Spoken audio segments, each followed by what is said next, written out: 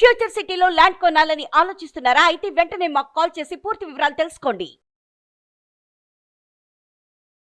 నమస్కారం. కార్తీక పురాణం 7వ రోజు పారాయణలోకి వచ్చాం. వశిష్ఠ మహాముని జనక రాజర్షికి చెప్తున్నారు, కార్తీక మహాత్మ్యాన్ని ఇంకా చెప్తాను వినమంటున్నారు. సావధానంగా వినమన్నారండి, అటెంటివ్గా వినమని. కార్తీక మాసమందు ఎవరు పద్మముల చేత పద్మముల వంటి నేత్రములు గల హరిని పూజించునో వాని ఇంట్లో పద్మములందు నివసించు లక్ష్మీదేవి నిత్య నివాసం చేయును. అంటే తామర పువ్వులు, కలువ పువ్వులు అలాంటివి ఏమైనా లభిస్తే వాటిని సంపాదించి వాటితోటి హరికి అర్చన చేస్తే గనక లక్ష్మీదేవి సుప్రీతురాలుగా అయ్యి మన దగ్గర నివసిస్తున్నట్టంటే ఐశ్వర్యం లభిస్తుందని చెప్తున్నారు. కార్తీక మాసమందు భక్తితో తులసి దళంతో కానీ జాజి పువ్వులతోటి కానీ హరిని పూజించేవాడు తిరిగి భూమి యందు పుట్టడు. మారేడు దళాలతోటి సర్వవ్యాపకుడైన శివుని పూజించిన వాడు భూమి యందు జన్మించడు. హరిని పూజించడము శివుని పూజించడం కూడా చెప్తున్నారండి. ఈ మాసమందు భక్తితో ఫలముల్ని దానం చేసే వాళ్ళకి యొక్క పాపాలు సూర్యోదయం కాగానే చీకట్లు ఎట్లా నశిస్తాయో ఆ విధంగా నశించిపోతాయట. అంటే కార్తీకంలో విశేషంగా లభించే పళ్ళు ఏంటండి, బాగా మనకి ఇప్పుడు విస్తారంగా కనపడతాయి. జామ పళ్ళు ఒకటి బాగా కనిపిస్తాయండి. తర్వాత ఈ బత్తాయిలు, ఆరెంజెస్, కమలాలు బాగా కనిపిస్తాయి. వాటినైనా దానం చేయొచ్చు, ఫలానాదేం లేదు. అరటిపళ్ళు ఇవ్వచ్చు, ఉపవాసం ఉన్న వాళ్ళకి 4 అరటిపళ్ళు ఇవ్వచ్చు, కొబ్బరి బొండాలు ఇవ్వచ్చు. అవన్నీ కూడా మంచి ఫలితాన్ని ఇస్తాయి. ఉసిరికాయలతో ఉసిరి చెట్టు కింద హరిని పూజించు వానిని యముడు కూడా చూడ్డానికి సమర్థుడు కాదు. కార్తీక మాసమందు తులసి దళాలతోటి సాలగ్రామార్చన చేయవాడు ధన్యుడగును.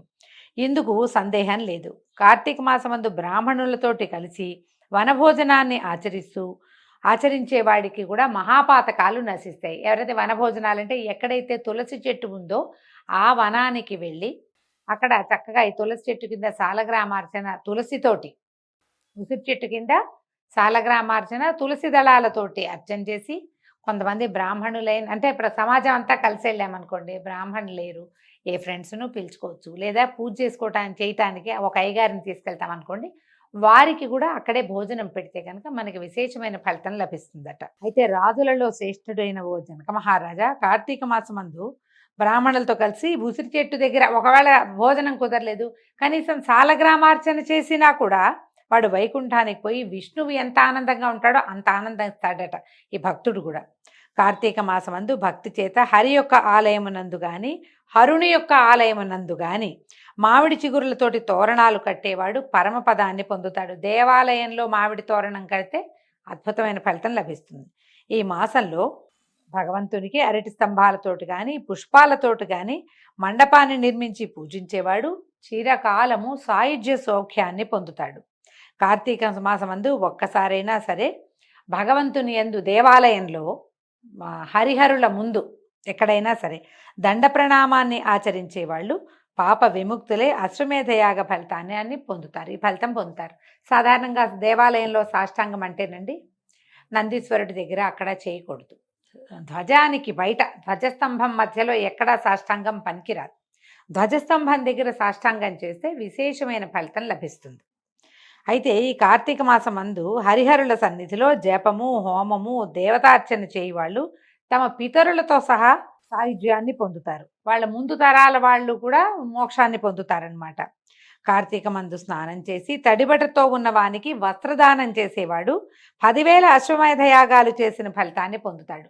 అంటే ఎవరైనా గోదావరి బట్టునో కావేరి బట్టునో నదీ స్నానం చేసి తడి బట్టలతో ఉన్నప్పుడు, అయ్యా ఈ బట్టలు కట్టుకోండి కొత్త బట్టలు వాళ్ళకి ఇచ్చామనుకోండి, అది అద్భుతమైన ఫలితం లభిస్తుందట. దానివల్ల ఆ కార్తీకంలో నల్లవి కానీ తెల్లవి కానీ అవిసె పూలతోటి హరిని పూజించిన ఎడల 10,000 యజ్ఞాలు చేసిన ఫలితం లభిస్తుంది. ఈ అవిసె పూలని చెప్తారండి, పల్లెటూళ్ళల్లో కనపడతాయి. కొంచెము కబుక్కుని చూస్తే ఆ ఆకులు మనకి మునగాకల్లే కనపడుతుంది. అవిసె చెట్టు ఎత్తుగా ఉంటాయి, తమాషాగా ఉంటాయి ఆకులు. ఆ అవిసె పూలు కార్తీకంలో తినాలని ఒక నియమం కూడా ఉంటుంది. ఆ పువ్వులు తెచ్చి పల్లెల్లో ఉన్న వాళ్ళకి బాగా తెలుస్తుంది అండి, మనకి టౌన్లు సిటీలలో అంతగా కనపడవు. అవిసె పువ్వులతోటి పూజ చేసుకోవచ్చు, వాటిని పప్పులో కూడా వేసుకుంటారు. తినాలి, ఆరోగ్యానికి మంచిదని చెప్తారు. కార్తీకంలోనే ముఖ్యంగా అవి బహుశా అప్పుడే విరుస్తాయి. ఆ పువ్వు విరియటం ఆ సమయంలో, అంటే దాని సీజనే ఈ కార్తీకం అన్నమాట. అయితే ఇంకేం చెప్తున్నారో చూద్దాం. కార్తీక మాసమందు బృందావనంలో బృందావనాన్ని అంటే తులసి బృందావనాన్ని గోమయంతో అలికి పంచరంగుల తోటి శంఖపద్మ స్వస్తికాదుల్ని వేయు స్త్రీ హరికి అత్యంత ప్రీతిపాత్రురాలవుతుందట. అంటే తులసి కోట చక్కగా అలికి తులసి కోటకి అటు ఇటు శంఖం చక్రం వేస్తాము, పద్మాలు వేస్తాము, స్వస్తికలు అలంకరిస్తారు. తర్వాత సాధారణంగా పంచవర్ణాలు అని పురాణాల్లో కనపడుతుంది. కానీ మనం ఏం చేస్తామంటే ఈ జాజ్ అంటారు కదా, ఒక ఎర్రమట్టి దాంతో అలుకుతాము, దాని మీద తెల్లటి ముగ్గేస్తాము, కొంచెం పసుపు కుంకం పెడతాము, మొత్తం కలిపి 4 రంగులు కనిపిస్తాయి. 5వ రంగు పెద్దగా కనపడదు. పంచవర్ణాలతో ముగ్గులు చెయ్యం, ఏవో 1, 2, 3 వర్ణాలు మనవి, తెలుపు, ఎరుపు, పసుపు. ఈ పసుపును కుంకుమ ముగ్గుల్లో వేయటానికి పనికిరాదు, ఎక్కడైనా అలంకారంగా గుమ్మానికి కానీ లేకపోతే తులసి కోటకు కానీ పెట్టుకోవచ్చు. ఇలా పూజ చేసిన స్త్రీకి పరమేశ్వరుడు ఈ పరంధాముడైనటువంటి విష్ణుమూర్తి అత్యంత ప్రసన్నుడుగా ఉంటాడు వాళ్ళ యందు. ఈ విష్ణు సన్నిధిలో నందాదీపాన్ని అర్పించిన ఫలితానికి ప్రణామం ఇది వస్తుంది అని, ఇంత ఫలితం లభిస్తుందని చెప్పడం బ్రహ్మ వల్ల కూడా కాదట. నందాదీపాలు, తర్వాత ఏమో మనం ఏమంటారు అఖండ దీపాలు అవి వెలిగిస్తారు దేవాలయంలో, అలా వెలుగుతూ ఉంటే ఆ దీపాలకి కావలసినటువంటి నూనెని కానీ నెయ్యిని కానీ అర్పించిన వాళ్ళకి కూడా కార్తీకంలో ముఖ్యంగా చాలా అద్భుతమైన ఫలితం లభిస్తుందట. ఈ నందాదీపం అంటే అది మలిగిపోకూడదు, కొంచెం అట్లా ఉండాలన్నమాట. భ్రష్టత్వం అవుతుందట. అందుకని తిలలతోనూ ధాన్యంతోనూ అవిసె పువ్వులతోనూ కలిపినటువంటి నందాదీపాన్ని కార్తీక మాసంలో హరికి సమర్పించాలి. మన ప్రాంతపు ఆచారాల్ని పాటించవచ్చండి. ఈ నందాదీపం అంటేనండి 1, 6, 11 తిథుల్లో చేసేదట. అంటే 1వ తిథి అంటే పాడ్యమి, 6వ తిథి అంటే షష్ఠి, 11వ తిథి ఏకాదశి నాడు విశేషంగా చేస్తారు. ఈ దీపాలర్పణ అది చేయటం ఆ రోజున చేస్తారట. తర్వాత శివుడికి జిల్లేడు పువ్వులతోటి అర్చన చేసిన వాళ్ళు చిరకాలం జీవించి తుదకి మోక్షాన్ని పొందుతారు. ఈ జిల్లేడు అంటే మనమండి ఈ నార్త్ ఇండియా ప్రాంతాల్లో చూస్తామా, వాళ్ళు మామూలు జిల్లేడు పువ్వులే దారాలు పెట్టి గుచ్చి శివలింగాల మీద ఆంజనేయ స్వామికి విశేషంగా అర్పించి కనపడతాయండి. మనకి తెల్ల జిల్లేడు చాలా విశేషం. మన ప్రాంతంలో తెల్ల జిల్లేడు లభిస్తే ఆ జిల్లేడు పూలతో కార్తీకంలో కనుక అర్చన చేస్తే ఎంతో మంచిదట. పరమేశ్వర అర్చన విశేషమైన ఫలితాన్ని ఇస్తుంది. తర్వాత విష్ణువాలయంలో మండపాలు అలంకరించే వాళ్ళు హరియందు స్థిరంగా నివసిస్తారు, ఎప్పుడూ హరి సన్నిధిలోనే ఉండిపోతారు. మండపాలు అలంకరించడం అంటే ఇప్పుడు ఎక్కడ కళ్యాణాలు అవి చేస్తారు ఏకాదశికి, తర్వాత తులసి కళ్యాణం జరుపుతారు. అలాంటప్పుడు మండపాలంకరణ చేస్తే కనుక ఫలితం బాగుంటుందట. తర్వాత ఈ కార్తీక మాసమందు హరిహరులని మల్లె పువ్వులతో పూజించేవాడి పాపాలు సూర్యోదయానంతరం చీకట్ల వలె నశించును. ఇప్పుడు వస్తుందండి ప్రశ్న, కార్తీకంలో మల్లెపూలు వస్తాయండి? రావు. మనకి మల్లెపూలు వచ్చేది ఎప్పుడు? చైత్రంలో కదా. మనకి ఎండాకాలం వచ్చినప్పుడు చైత్రము, వైశాఖము, జ్యేష్ఠాషాఢాల్లో కూడా కాస్త కనుమరుగ్గా కనపడతాయి. చైత్రం కంటే కాస్త ముందే ఫిబ్రవరి, మార్చి చివరిలో కూడా మనకు కొద్దిగా కనిపిస్తాయి. అవి ఇప్పుడు కార్తీకంలో చలికాలం వచ్చేసాక మల్లె చెట్లు పడుకుంటాయి, వాటికి పువ్వు మొగ్గ ఏమీ ఉండదు. కానీ ఈ మల్లె పువ్వులు అనేది ఖచ్చితమైన నియమంగా కనపడుతుంది. అంటే మనకి ఒక్కో తప్పి తగిలి ఒక్క పువ్వు పూస్తే ఆ ఒక్కటైనా ముచ్చటగా పవిత్రంగా కోసుకొచ్చి సమర్పించినా కూడా ఫలితం లభిస్తుంది. ఈ మల్లెలకి సమానమైనవి మన జాజులు, సన్నజాజులు, విరజాజులు అవన్నీ కూడా మల్లెకి దగ్గర జాతులవే, వాటితోటైనా అర్చన చేసుకోవచ్చు. అంటే గుమగుమలాడే పువ్వులతోటి చేస్తే, సుగంధాలీనేటువంటి పువ్వులతో చేస్తే మంచిదన్నమాట. అయితే కార్తీకంలో తులసి గంధంతో సాలగ్రామాన్ని పూజించే వాళ్ళు పాప విముక్తులై విష్ణులోకాల్లో పొందుతారు. విష్ణులోకానికంటే పరమేశ్వరుడికేమో బిల్వాలతోటి, విష్ణువుకేమో తులసితోటి విశేషంగా అర్చన మంచిది. గంధము కూడా ఈ పౌడర్ గంధం, డబ్బాలో గంధం కాకుండా గంధపు చెక్కని సాన మీద అరగదీసి, మళ్ళానండి సాన మీద నుంచి తీసి ఇట్లా భగవంతుడి మీద పెట్టకూడదు, మనం కూడా రాసుకోకూడదు. సాన మీద గంధాన్ని ఇలా చేత్తో తీసి ఒక పళ్ళెల్లో పెట్టుకోవాలి. సాన పక్కన పెట్టుకుని పళ్ళెల్లో నుంచి అర్చించాలండి, జ్ఞాపకం పెట్టుకోండి. సాన మీద గంధాన్ని సరాసరి ఒంటికి రాయకూడదు, దేవుడికి సమర్పించుకోకూడదు. కార్తీకంలో హరి సన్నిధిలో కానీ, హరుని సన్నిధిలో కానీ స్త్రీ కానీ పురుషులు కానీ నాట్యం చేస్తే కనుక పూర్వజన్మ సంచితమైన పాతకాలు కూడా నశిస్తాయి. తర్వాత ఆ దేవాలయాల్లో అలంకారం చేయించేవాళ్ళు పర్వదినాల్లో పువ్వులతోటి, తర్వాత అరటి స్తంభాలతోటి, తర్వాత మామిడి మండలతోటి అలంకరణ చేయించే వాళ్ళు పుష్పాలంకరణకి డబ్బులు ఇస్తూ ఉంటారు. అవన్నీ కూడా అత్యంత పుణ్యాన్ని కలిగిస్తాయట. తర్వాత ఇంకా చెప్తున్నారు, కార్తీక మాసమందు భక్తితో అన్నదానాన్ని ఆచరించే వాడి పాపాలు కూడా గాలికి మబ్బు వల్లే నశిస్తాయి. సాధారణంగా కార్తీకం అంతా మనకి ఉపవాసాల వాళ్ళు కనపడతారు. ఉపవాస విరమణ మా ఇంట్లో చేయండి అని అడిగి చేయించుకోవచ్చు. మళ్ళీ మళ్ళీ ఇందులో ఇంకొక పాయింట్ ఉందండి. ఉపవాసాలు విరమించేటప్పుడు మన ఇంట్లోనే విరమించాలనే నియమం కనిపిస్తుంది. అది పుస్తకంలో కూడా చెప్తారు, పురాణంలో. అందుకని సామూహికంగా చేసుకోవచ్చు. ఇది ఉపవాసం వాళ్ళందరినీ పిలిస్తే వారికి తప్పు లేదు, వీళ్ళకి తప్పు ఉండదు, మంచిదన్నమాట. అయితే కార్తీకంలో ఇంకా ఏం చెప్తున్నారు, తిలదానము, మహానది స్నానము, బ్రహ్మపత్ర భోజనము, తర్వాత అన్నదానము, ఈ 4 నియమంగా చేయవలసిన ధర్మాలు. తిలదానము అంటే నేను నువ్వులు దానం చేస్తానంటే ఎవరు తీసుకోరు కదా అనిపిస్తుంది. అందుకని ఏం చేయొచ్చు, తిలలతోటి నువ్వులతోటి ఏదైనా తీయని పదార్థం చేసి దాన్ని తప్పకుండా మనం అందరికీ పంచిపెట్టుకోవచ్చు. ఎవరికైనా భోజనం పెట్టేటప్పుడు నువ్వుల పొడిని కూడా మనం భోజనంలో అర్పిస్తే తిలదానం కిందే వస్తుందండి, అది కూడా పనికొస్తుంది. మహానది స్నానం అంటే ఇప్పుడు మన చెరువులోనో దొరువులోనో బావిలోనో బావి దగ్గర లేకపోతే ఏ బోర్వెల్ దగ్గర స్నానం చేసినా మంచిదే. కనీసం ఈ నెలలో ఒక్కసారైనా ఏదైనా ఒక నదీ స్నానం చేసుకుంటే విశేషం. మనకి చుట్టుపక్కల నదులు ఎక్కడైనా ఉండొచ్చు, లేదా స్నానం చేయడానికే ప్రత్యేకంగా నదీ పరివాహక ప్రాంతానికి వెళ్ళి కూడా చేసి రావచ్చు, మంచి ఫలితం లభిస్తుంది.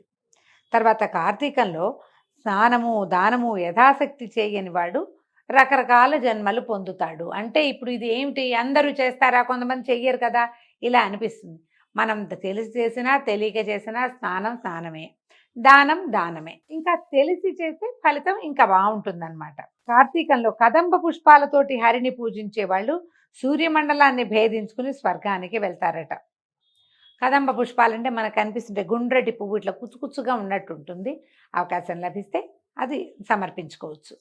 తర్వాత మొగలి పువ్వులతోటి కూడా విష్ణువుని పూజిస్తే 7 జన్మలందు వేదవేదాంగ పారంగతుడై బ్రాహ్మణుడిగా జన్మిస్తాడు. పద్మాలతో పూజించేవాడు ఎంతో కాలం సూర్యమండలంలోనే నివసిస్తాడు. ఇందులో కార్తీకంలో అవిసెపూల మాలని స్వయంగా ధరించి ఆ అవిసెపూల మాలికలతోటి హరిని పూజించేవాడు కూడా స్వర్గాధిపతి అవుతాడు. స్త్రీలు మాలల చేత కానీ తులసి దళముల చేత కానీ హరిని పూజించిన ఎడల పాప వినిర్ముక్తులై వైకుంఠానికి వెళ్తారు. ఇదంతా హరిని గురించి ఎక్కువ చెప్పారండి. ఈ మాసంలో ఆదివారం నాడు ప్రాతస్నానం చేసిన ఎడల, అంటే ఓపిక లేని వాడు ఆదివారం నాడు ఒక్కనాడైనా సరే ప్రాతస్నానం చేస్తే మాసమంతా స్నానం చేసిన ఫలితం లభిస్తుందట. ఇదొక విధానం. అవకాశం ఉన్న పెద్దవాళ్ళు అది కూడా చేసుకోవచ్చు. కార్తీక మాసంలో శుక్లపాడ్యమి నాడు, పౌర్ణమి నాడు, అమావాస్య నాడు ఈ 3 రోజులు ప్రాతస్నానం చేస్తే మాఘస్నాన ఫలితం కూడా లభిస్తుందట. కార్తీక స్నానంతో పాటు మాఘస్నానం కూడా వస్తుంది. శక్తి లేకపోతే గనక ఏం లేదు, ఈ స్నానానికి ఒకరోజు ఆదివారము చేయలేము, ఈ పాడ్యమి పౌర్ణమి అమావాస్య నాడు చేయలేము. అశక్తులు పాపం పొద్దున్నే స్నానం చేయలేరు, చన్నీళ్ళు అసలు పోసుకోలేరు. ఏం పర్వాలేదు, ప్రతిరోజు నియమం తప్పకుండా కార్తీక పురాణం విన్నా కూడా ఇదే ఫలితం లభిస్తుంది. అంటే శక్తి ఉండి స్నానం చేయకపోతే ఈ 100 జన్మలు కుక్కగా పుడతావు, పందిగా పుడతావు, చెండాలుడిగా పుడతావు బోళ్ళు చెప్పారండి. శక్తి లేని వాళ్ళు పురాణ శ్రవణం చేసినా సరే గంగాజలం చల్లుకోవటం, స్నానం చేసినప్పుడే హరగంగేని గంగా నదిని తలుచుకోవటం. అపవిత్ర పవిత్రోవా సర్వావస్థాంగతోపివా యస్మరేత్ పుండరీకాక్షం సభాఖ్యాభ్యంతర శుచి. ఈ శ్లోకం చెప్పుకుని కాసిన నీళ్ళు చల్లుకుని ఏదో చేతనైనంత దేవతార్చనో, అర్చన కాకపోతే నమస్కారమో, ఏదైనా స్తోత్రమో ఏదో ఒకటి చెప్పుకుని ఇది కార్తీక మాసం పురాణం విందాం అని కాస్త ఇప్పుడు మనకు అవకాశం ఉంది కాబట్టి ఎక్కడికో గుళ్ళోకి వెళ్ళి గోపురానికి వెళ్ళి వినవలసిన పని లేదు. అరచేతిలో ఉంది మన స్వర్గం. ఓపెన్ చేసుకుని ఫోన్ ఓపెన్ చేసి ఒక మాట నొక్కేమంటే చక్కగా కార్తీక పురాణ శ్రవణం లభిస్తుంది. పురాణ శ్రవణమైన శ్రద్ధతోటి ఆసక్తితోటి కనుక చేస్తే ఈ పై ఫలితాలన్నీ స్నాన దాన ఫలితాలు చెప్పారు కదా, అవన్నీ లభిస్తాయని చెప్తున్నారు. ఈ మాసంలో ఇతరులు సమర్పించిన దీపాలు చూసి ఆనందించేవాడి పాపాలు కూడా నిశ్చయంగా నశిస్తాయి. ఇది చూడండి, నదీ తీరాల్లో దీపాలు వదిలిపెడతారు, నీళ్లలో వదులుతారు. అబ్బాబ్బా ఎంత అందంగా ఉంది, కార్తీక మాసం కదా అన్న ఊహొచ్చినా వాడికి పాపం పోతుందిటండి. కార్తీక మాసంలో ఇతరులు భగవంతుని పూజ కొరకు మనోవాకాయాల చేత ఇతరుల యొక్క పూజ కోసం సహాయం చేసేవాళ్ళు. వాళ్ళ ఇంట్లో పూజ ఉంది, మనం పోయి వాళ్ళకి పువ్వులు కట్టిస్తాం, వాళ్ళ ఇంట్లో వాకిట్లో ముగ్గేస్తాం, దేవుడి దగ్గర అలంకారానికి సహాయం చేస్తాం, లేదా ఏదో వంట చేసుకుంటారు ప్రసాదము నివేదన, దానికి సహాయం చేస్తాం. దేవ అర్చన దగ్గర కూర్చుని కావలసినవి అందిస్తాము. శ్రద్ధగా గనక చేస్తే అవన్నీ కూడా కార్తీక వ్రతాన్ని ఆచరించిన ఫలితాన్నే ఇస్తాయట. తర్వాత స్వర్గం కూడా పొందుతారట వాళ్ళు. కార్తీకంలో భక్తితో గంధ పుష్ప ధూప దీపాదుల చేత హరిని పూజించేవాడు వైకుంఠాన్ని పొందుతాడు. కార్తీక మాసమందు ఇగో మళ్ళీ హరి సన్నిధిలో జపం చేయని వాళ్ళు 7 జన్మలందు నక్కగా జన్మిస్తారట. ఇందులో సందేహం లేదు. ఈ నక్కగా ఎలా పుడతాం మనకు తెలియదు కదా అనిపిస్తుందండి. ఎలా పుడితే మనకేం తెలుస్తుంది? కానీ మనం రేపు నక్కగా పుడతాం అనగానే ఆ నక్క యొక్క జీవితము అది ఎట్లా ఉంటుంది అవన్నీ ఊహించుకుంటే మనం నక్క అవ్వడానికి సిద్ధపడతామా? పడం కదా. ఆలోచించండి. నువ్వు నక్క అవుతావు, పంది అవుతావు, పందికొక్కు అవుతావు, అక్కడెక్కడో ఎలుకలాగా పుడతావు అంటే అప్పుడు మనకి తెలియదు కాబట్టి ఎలా పుట్టినా పర్వాలేదు అని నోటితోటి అంటాం కానీ మనస్సుతోటి అనుకోలేమండి. భయం వేస్తుంది. అందుకని భయంతోటైనా భక్తి భావాన్ని పెంపొందించుకోవాలి ఎవరైనా కూడా. నెల రోజులుంది, ఒక్కనాడు గుడికి వెళ్ళలేమా? వెళ్ళగలం. ఒక్కరోజు పొద్దున్నే లేచి స్నానం చేయలేమా? చేయగలం. ఒక దీపం పెట్టుకోలేమా? బ్రహ్మాండంగా పెట్టచ్చు. పురాణం అంటారా? హాయిగా వినొచ్చు నెల రోజులు. శక్తి కలిగిన పనులు కొన్నైనా చేసి, శక్తి లేని పనులు ఏవి కుదిరితే అవి చేసి, కార్తీక మాహాత్మ్యాన్ని శ్రద్ధగా విని ఆసక్తితోటి పాటిస్తే మంచిది. అయితే ఏం చెప్తున్నారు? పురాణ కాలక్షేపం ప్రతిరోజు సాయంకాలం కార్తీక మాసంలో హరి సన్నిధిలో అంటే ఒక దేవాలయం అందు చెప్తున్నటువంటి పురాణాన్ని వినేవాళ్ళు వైకుంఠాన్ని చేరుతారు. తర్వాత సాయంకాలము దేవాలయాలకు వెళ్ళినప్పుడు ఏదైనా స్తోత్రపారాయణ చేసుకోవాలట. స్తోత్రం పఠించి దీపం పెట్టుకుని దేవాలయంలో దర్శనం చేసి తీర్థము ప్రసాదము స్వీకరించి శఠారి లభిస్తే శఠారి కూడా తీసుకుని కాసేపు కూర్చుని కృష్ణారామాన్ని 4 మంచి మాటలు ఆడుకుని ఇతరులతో సంభాషణలకి దిగకుండా శ్రద్ధగా కార్తీకంలో దేవాలయ దర్శనం చేసిన వాళ్ళకి లభించే పుణ్యం అంతా ఇంత కాదు, ఎంత కుదిరితే అంతని మనం సొంతం చేసుకుందాం అని ఈ రకంగా 7వ నాటి అధ్యాయాన్ని పూర్తి చేశామండి. రేపు ఉదయం మళ్ళీ 8వ రోజు పారాయణలో కలుసుకుందాము. నమస్కారం.